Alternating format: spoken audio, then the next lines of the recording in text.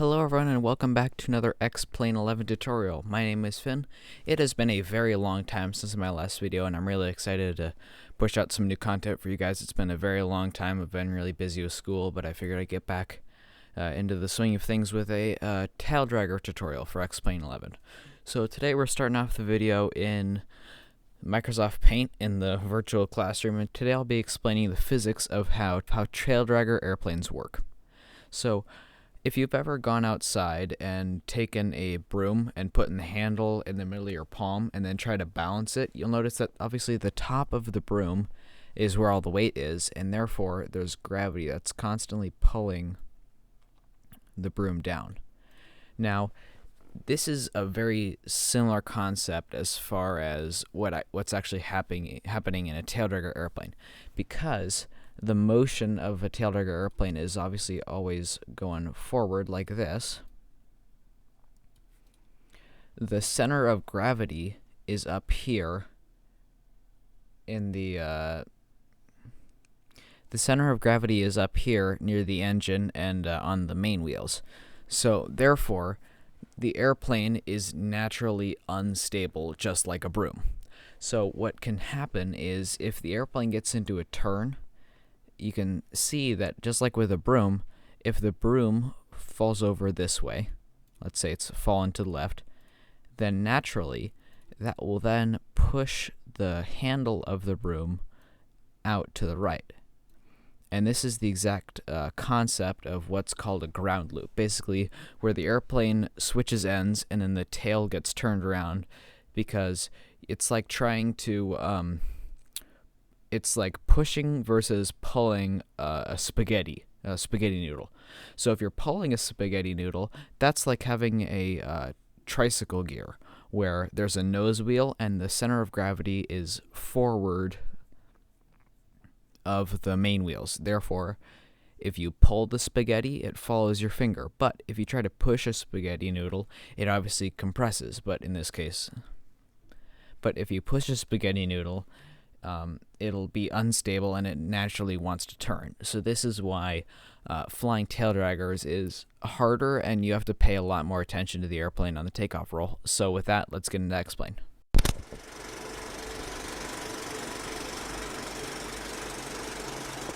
Alright, so here we are in X-Plane in the default Stinson L-5 here in Tacoma, Washington. We're at the Tacoma Narrows Airport. And we're just parked at the south ramp here. I'll get her fired up, and then we'll taxi out to the runway, and I'll show you guys. I'll just do a quick traffic pattern and walk you guys through the steps to fly a tail dragger.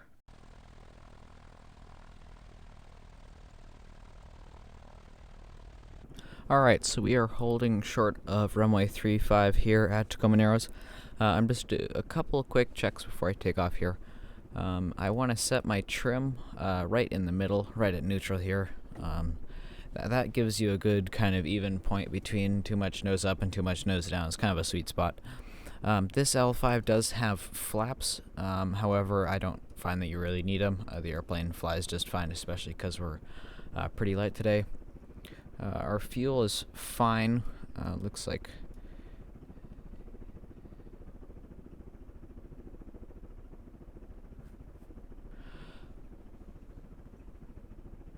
our fuel is fine. We've got enough just for a couple patterns, which is just fine for what we're doing today. So I'll go and release the brakes. Also, if you're struggling to get the airplane to roll, that's because this little red lever down here is the parking brake. It needs to be all the way to the left for the parking brake to be disengaged. And also I'll put out a video on a startup tutorial for this L5. So we'll go and taxi out to the runway here.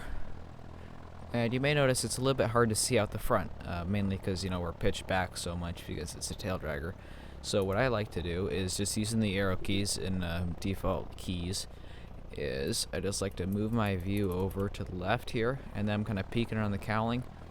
And then if I need to see other side, I can just move over to the right. So we will go ahead and get lined up on runway 35 here. Now, what we want to do for the takeoff is currently only the tail wheel is doing all the steering. The actual rudder on top here has just about no effect. The only effect that it's getting is from the prop wash. So what we want to do is get that tail up and get the tail into the airstream. That way the rudder becomes effective. So what we're going to do here is put in full power, and we're going to move that stick forward. Alright, the power is going to come up. We're following the rudders to keep center line, and there we go. So just using about an inch or so of forward pressure, the tail came up. I just held it level, and then the airspeed built up, and the airplane just flew itself off at neutral trim. So we're fighting the airplane I'm fighting the airplane to keep it down. So I'm going to use a little bit, or I'm going to roll a little bit of nose down trim here. And I'll go and pull the power back. You want to climb at about 90 to 80 miles an hour in this thing. Alright, there is 500 feet above the ground. So we'll go ahead and make our left crosswind turn. And just keep pulling that power back to climb at about 2400 to 2300 RPM, which I'm seeing on the tachometer here. So there's the runway just coming over our left shoulder. We'll go ahead and square it up at 90 degrees. And the pattern altitude at this airport is it's always 1,000 feet above ground level, and ground level at Tacoma Narrows is 300 feet. So we'll go and level out at 1,300 feet, and we'll go and turn downwind. Again, we're looking over the shoulder to see the airport so we can get lined up. And now we're going southbound. We'll go and pull the power back to about 2,100 RPM. This airplane, you can fly such a small pattern, you don't really need all that much power in.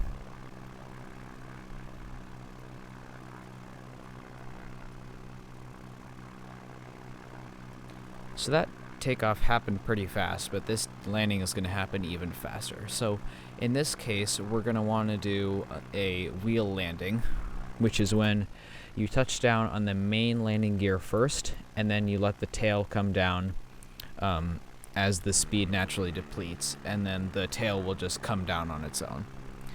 So we're just about a beam the numbers there, you can see. So we're going to go ahead and pull the carb heat out and pull the power back. So what we're going to want to do is we're just going to let the airplane just drop down here. We're aiming for about 800 feet per minute on the descent rate. We'll go ahead and turn base. So what we want to do is carry about 5 extra knots. Typically you land at about 70 miles an hour in this airplane, so we're going to want to carry about 75 miles an hour to 80 miles an hour on the approach, and that is because we need some extra airspeed. And the reason that we need that extra airspeed is to keep the airplane flying level so that we're only touching down on the main wheels and not the tail wheel first.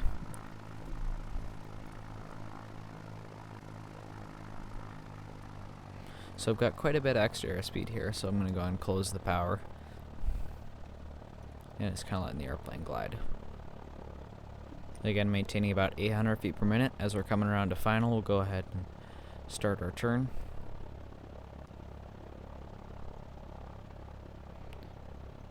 Alright, just a little bit early, so I'll go ahead and just relax that turn a little bit. Our airspeed is coming back nicely. This is just about where I want it. So there's 70. And obviously, as you can see, that post is blocking our view, so I'll just move it up and to the left a little bit. That way we can see a little bit better. So right now we're just trying to maintain that airspeed. I've got about 1,500 RPM in, and now we're just going to fly it down right onto the center line. We're going to keep a little bit of power in. We're going to go and close it now at about 10 feet. And we're just going to hold it off. There we go. So we're going to put in a little bit of forward pressure, about half an inch or so. And now we're just trying to stick those main wheels on the center line. And I'm using this little tiny rotor inputs to keep the airplane on center line. As the airspeed naturally depletes, the tail starts to come down. I'll go and transfer the stick all the way back. And the stick is all the way back in my lap now.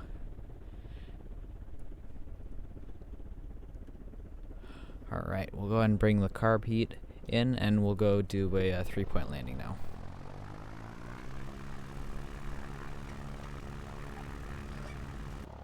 Alright, so I'm a little bit tighter of a pattern here on this second shot. So now we're going to want to carry about 70 miles an hour, and the goal is to get the airplane to touch down in an attitude where we're landing on both the main wheels and the tail wheel all at the same time. So that means we're going to want to be a little bit slower.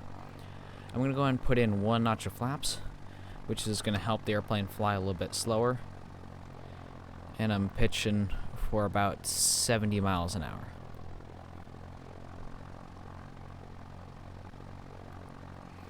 Alright, so again, this is going to happen fast, just like the last landing did. What we're going to look for is we're going to try to hold off the airplane as long as possible. We're going to try to touch down at a higher attitude where we're landing on both the main wheel, which are the front 2 wheels, and then also the tail wheel. So we're about 5 knots slower, or excuse me, 5 miles an hour slower than last time, which is good. So we're going to just go on, again, just fly the airplane down. We're just a little bit nose high at the moment because we're a little bit slower. And I'm about 200 RPM less. So now I'm just trying to get the cowling of the engine just to float on the horizon, hold it back, pull the power out, stick all the way back, and touch down. Now I'm just holding the stick all the way back on my lap, and again using the rudder pedals. Right now, since I can't see the center line, I'm looking at the left and the right side of the window to make sure that I've got even slices. That term is used for like biplanes and airplanes where you can't see the center line, where if I can see the exact same runway on the left as I can on the right, that means we're in the center of the runway. And let's take a look at that one in replay. Alright, so here we are in replay, and this is our 3-point landing. So we're coming in, like I said, a little bit slower than the wheel landing, and you can see we're already starting to transition the airplane to get it to land in that nose-high attitude.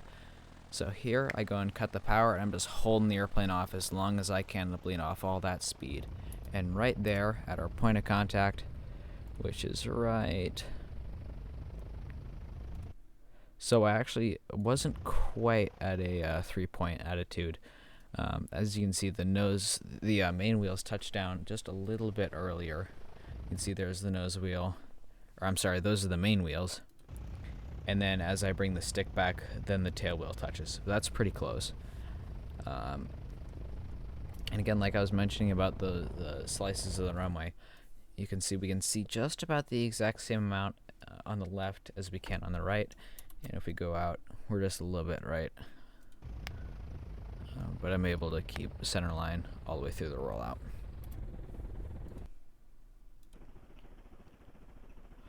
Alright everyone, that was a tail dragger tutorial, full flight, featuring a takeoff, a wheel landing, and a 3-point landing. I hope you enjoyed the video. Please like, comment, and subscribe.